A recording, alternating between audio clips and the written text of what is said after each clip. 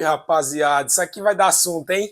Mauro César detona o Neymar. Pode ser que ele nem entre mais em campo nessa Copa do Mundo. Vixe, mano. Bora para mais um vídeo aqui no nosso canal. Antes da gente ir pro vídeo, deixar os créditos e agradecimento aqui ao canal Jovem Pan Esportes. Bora ver o que o Mauro César falou do Neymar. Mauro César, pilhado. Bora ver o que é que eles falaram, rapaziada. Bora pro vídeo. O Neymar, ele estava há 3 anos sem defender a seleção brasileira. 3 anos. Um cara que até pouco tempo mandava na seleção brasileira. Essa é a verdade. Né? O Neymar ditava o ritmo na seleção brasileira. O Neymar era disparado o grande nome da seleção brasileira. Era o 10. E dessa vez o Neymar está passando por uma experiência diferente. Dessa vez o Neymar, Bruno Prado, ele está tentando se adaptar. Eu acho que está conseguindo, está sendo até elogiado pelo Ancelotti nas coletivas por isso. Ele está vivendo uma situação de coadjuvante. Ele sabe que ele é protagonista no nome, que aonde ele pisa tem toda aquela idolatria, é ovacionado, mas ele percebe que hoje na seleção brasileira ele é um coadjuvante buscando seu espaço e buscando um momento para tentar ganhar mais minutagens pela seleção brasileira, Bruno.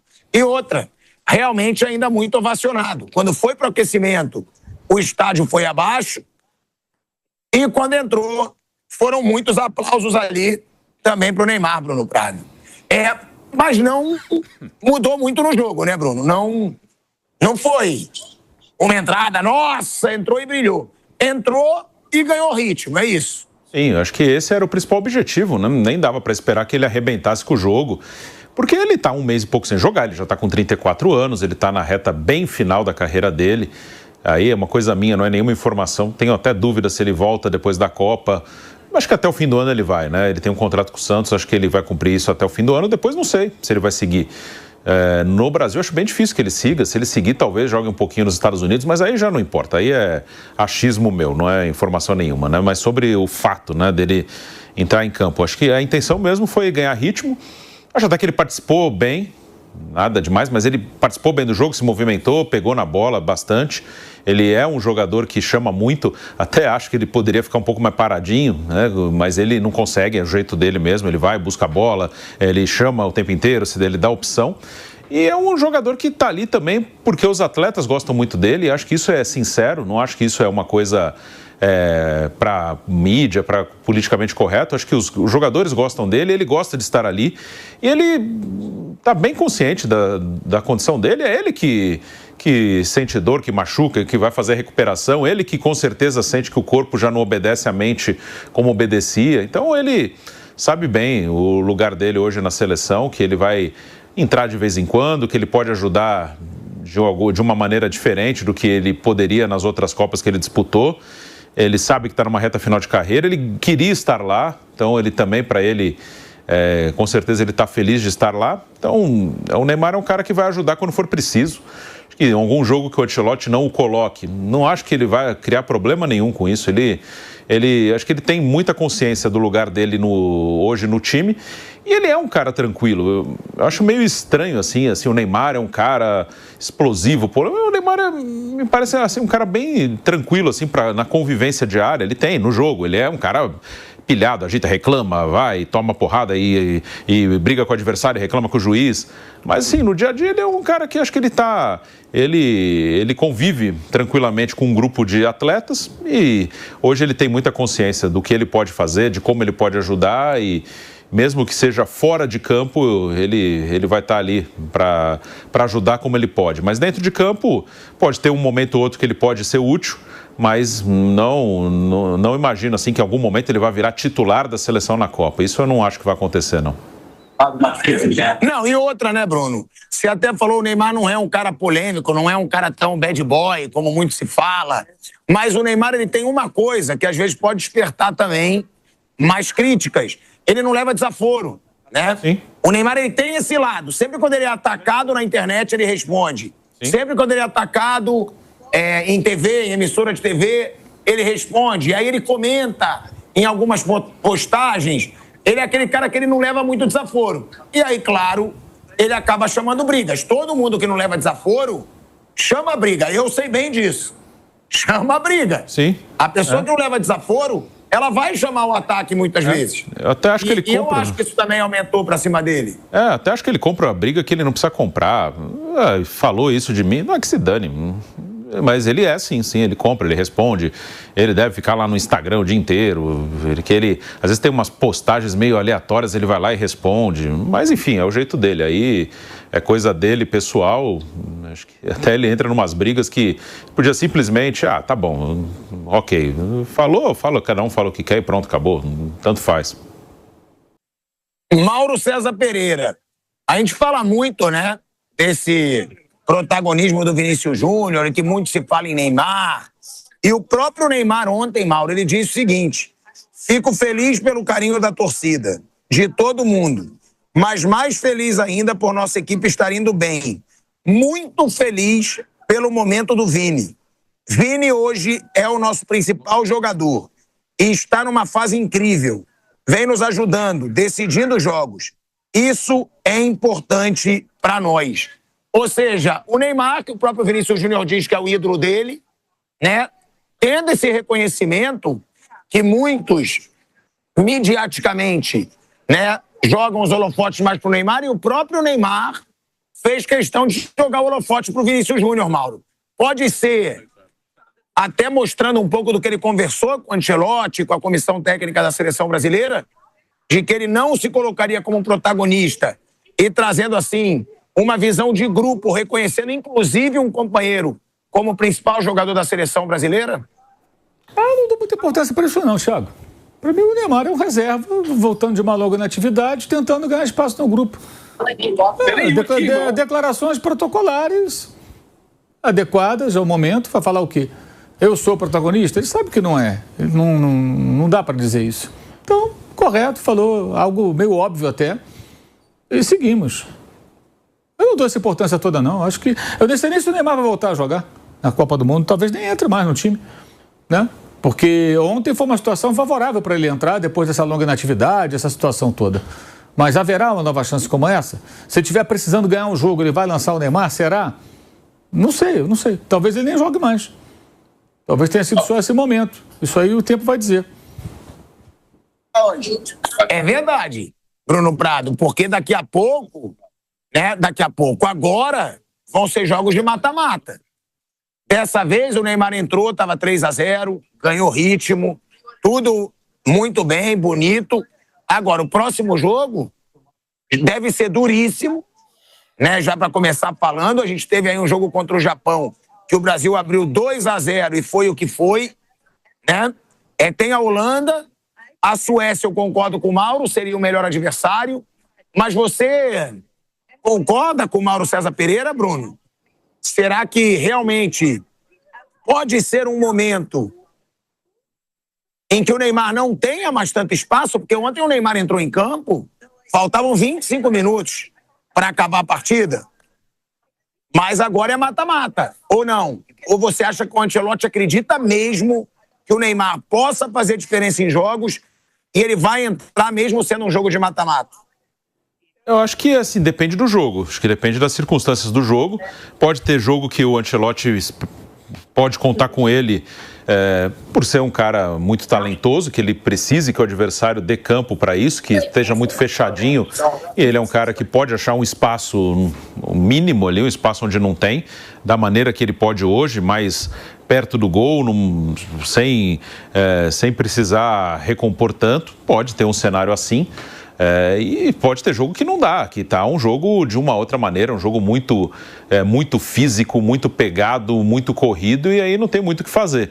Então, eu imagino que o Ancelotti é uma opção que ele tem e que ele pode usar em algum momento, mas não acho que é uma coisa que está na cabeça dele. Não, todo jogo eu vou ter que colocar o Neymar. Acho que vai depender muito do jogo, vai depender muito da circunstância, muito do adversário, muito do que o jogo vai pedir. E aí ele tem o Neymar, ele tem o Endrick, ele tem o Luiz Henrique. Não sei se o Luiz Henrique perdeu espaço mesmo, né? Já é o segundo jogo que ele nem entra. Martinelli tem entrado mais, né? Martinelli entrou nos últimos 2 jogos. Ele tem algumas opções ali que ele pode usar de acordo com o jogo, de acordo com o adversário. Mas não acho que Neymar vai ser uma coisa obrigatória. Não, Neymar vai estar todo jogo. Acho que ele vai entrar de acordo com o jogo. Pode ter jogo que seja importante ter o Neymar ali. Mas não acho que é uma coisa que o Ancelotti vai ter na cabeça, assim, eu vou colocar ele, seja independente da situação. Eu acho que ele vai colocar quando ele achar que o Neymar pode ajudá-lo, e pode ajudá-lo num jogo em que o Brasil está com dificuldade de achar um espaço, e ele, com a qualidade que tem, pode ajudar a achar esse espaço mínimo. E você acha que o Neymar é o jogador para ajudar nesse aspecto? Sim, acho que ele pode ajudar em alguns cenários. É um cenário, Brasil, o adversário muito retrancado, o adversário muito atrás, o adversário dando a bola, deixando o Brasil com a bola no campo de ataque, marcando perto do seu gol. Ele é um cara que pode ali, ele vai ter a bola também, né? Como o time vai estar instalado nesse cenário no campo do adversário, vai ter a bola perto da área, e ali ele pode ser perigoso, ali ele pode ajudar.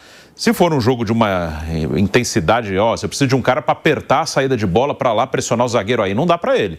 Aí ele não vai conseguir fazer. Ele não vai conseguir, Neymar, você vai lá e você vai lá e aperta o zagueiro dos caras, ou vai lá, você acompanha o volante do cara, o volante deles, não deixa o volante dos caras jogar. Aí não vai dar. Mas num cenário assim que o Brasil vai se instalar no campo de ataque e precisar achar um espaço, ele pode ser útil. Pilhado, assim como você, eu também defendi durante muito tempo a presença do Neymar na seleção brasileira, por tudo que ele fez e sozinho em 3 Copas do Mundo. Então, sempre achei que foi pelo menos um ato de reconhecimento a um cara que carregou 50 contêineres, 200 bigornas e 300 caminhões sozinho nas costas. Porque ele olhava para o lado, não era nem a ausência de coadjuvante, não tinha nem figurante na seleção brasileira. A minha linha de corte sempre é a Olimpíada de 2016, daquele grupo, internacionalmente, ninguém se tornou um atleta de ponta, com exceção do Marquinhos, que é zagueiro defensor e não resolve jogo, não resolve partidas. Então, eu sempre fui um defensor da presença do Neymar na seleção brasileira, a despeito de tudo que ele faz, fala ou deixa de fazer fora de campo, que não é problema meu. Mas essa contusão dele na reta final foi muito comprometedora para a utilização e o aproveitamento dele na Copa do Mundo, porque ele ficou mais de um mês sem jogar, ele já estava quase um ano, quase 1000 dias, melhor dizendo, sem vestir a camisa da seleção brasileira, ficou mais de um mês sem jogar, e é claro que nesse interregno, nesse interim, nesse intervalo, nesse ato aí de um mês, ele estava primeiro pensando em recuperar a panturrilha, para depois pensar também num vigor físico melhor. Como, para mim, a Copa do Mundo vai começar a partir de agora, com jogos mais duros de mata-mata, acho que o Neymar só vai entrar na boa. Me surpreendeu até a minutagem que ele teve na partida contra a Escócia. Mas é justificável, visto que o jogo já estava definido, já estava decidido, já estava 3-0, e o time da Escócia, não se iludam com tudo que foi dito, visto ou falado, é realmente um time digno de ficar fora da fase de mata-mata da Copa do Mundo. Muito ruim, muito limitado, e que não exigiu do Brasil nem na parte defensiva brasileira, e na parte defensiva escocesa foi aquela lambança, aquela atrapalhada toda que a gente viu e que a gente falou aqui no microfone da Jovem Pan. O Neymar volta para a seleção brasileira, ele entra em campo, e aí realmente, né, quando ele entrou, o estádio foi abaixo, mas vou ser até sincero, tá? Eu acho que já estão começando a perceber um pouco do protagonismo do Vinícius Júnior, porque eu esperava ter um coro. Estão começando a perceber? Eles estão começando a perceber. Os caras compraram ingresso, foram pro jogo, botaram camiseta amarela e não perceberam ainda. Estão começando a perceber o protagonismo do Vinícius. Tá de sacanagem. O pessoal faz o quê? Faz selfie, não vê o jogo? Como é que é essa torcida do Brasil? Movimento verde e amarelo. Eles ficam fazendo o quê? Selfie vendo o jogo. É só olhar pro campo. Mauro, peraí, sério. É impressionante o quanto se grita o nome do Neymar ainda. É impressionante. É típico dessa torcida de Copa do Mundo. É Brasil selfie. É ver e ser visto. Momentos instagramiáveis, não é assim que fala? É isso. Cara, esse pessoal vai ver jogo. Eu duvido que Instagramável. Difícil essa palavra desgraçada. Mas, porra, cara, os caras vão pra lá pra fazer selfie, colocar no Instagram e tal. Tá prestando atenção em jogo. Nada disso. Se guiar por um negócio de torcida se guiar por torcida já é um erro em qualquer situação. Torcida de Copa do Mundo, menos ainda. Pessoal desvinculado do futebol, que se junta nessa hora pela festa, pela farra. Entendeu? O que eles falam, gritam, pouco importa. Agora, o cara tá percebendo agora que o protagonista é o Vinícius? Porra, só agora tá percebendo? Pelo amor de Deus, hein? Tá pagando ingresso caro e não tá vendo o jogo, não tá prestando atenção no jogo. Pô. Quando o Neymar ele vai, né, pro aquecimento, tem muitos gritos, muitos gritos. Quando o Neymar entra também, mas não foi aquele coro do estádio inteiro, olê, olá, Neymar, Neymar, como eu esperava. Foi o grito ali, né? Reagiram muito, comemoraram muito. Agora, quero saber de vocês também, eu vou perguntar pro Mauro e pro Viga, né? O Ryan entrou no time, entrou muito bem. O Matheus Cunha entrou no time, entrou bem. Vocês acham que isso, eu percebi um pouco isso ontem no estádio, tira um pouco do apelo pelo Endrick? Porque o Endrick sempre foi muito bom, sempre entrou muito bem na seleção brasileira, mas ontem, por exemplo, e contra o Haiti, eu não senti aquele negócio, aquela de ovacionar, de gritar Endrick. Endrick, vocês acham que a boa fase do Ryan e do Matheus Cunha pode reduzir um pouco de chance do Endrick e até essa pressão popular, porque a pressão era muito grande. E ontem eu já não senti no estádio Mauro César Pereira e Rafael Viga. O Pilhado, nesse reino chamado Seleção Brasileira, a gente tem um sentado no trono, que é o Neymar, mas que ele está ali com um cajado, com um cetro, né? Para entregar para o príncipe, que é o Vini Júnior. Embora o príncipe hoje seja o protagonista e o rei seja apenas uma figura mais que decorativa dentro da seleção brasileira. Então, com essas posições, acho que devidamente marcadas, quase que fincadas e posicionadas, justamente não sobra muito espaço para o Endrick. E à medida que o tempo vai passando, a seleção brasileira vai mostrando uma cara, goste dela ou não, bonita, feia, mais ou menos, com algumas imperfeições, eu acho que a possibilidade do Endrick jogar diminui significativamente, porque eu estou achando que ele encaixou ali o Ryan pela direita para fazer corredor e para ajudar o Danilo lá atrás, porque certamente contra uma Holanda, contra um Japão, o Danilo vai ser muito mais acossado, vai ser muito mais incomodado. O Matheus Cunha vai ficar fazendo esse pico de vértice aí, né? Esse pêndulo, a ligação entre meio e ataque e meio, hora ele joga como centroavante, hora complementando ali o setor de meio de campo, e o Vini Júnior pelo corredor esquerdo, tendo liberdade total para flutuar por onde quiser no comando de ataque, sem muitos compromissos defensivos. Então, diante dessa arquitetura, desse organograma, acho que ficou mais difícil a presença do Endrick na seleção brasileira. Agora, a reivindicação em torno do Endrick foi muito por conta da opção feita pelo Ancelotti de forma errada, errônea e equivocada no primeiro jogo. Ele me vai de Igor Thiago. Com todo respeito ao Igor Thiago, eu no Paro Ímpar, na pelada, no rachão, não seria o primeiro a ser escolhido. Seria talvez o 25º ou 26º dessa fila da seleção brasileira. Então, acho também que esse frisson, essa cornetada em favor do Endrick, tinha muito a ver com a possibilidade de o Matheus Cunha ficar de fora e o Igor Thiago ser o titular da seleção brasileira. Ainda bem que isso não aconteceu. Quando eu falo ainda bem, é sobre o Igor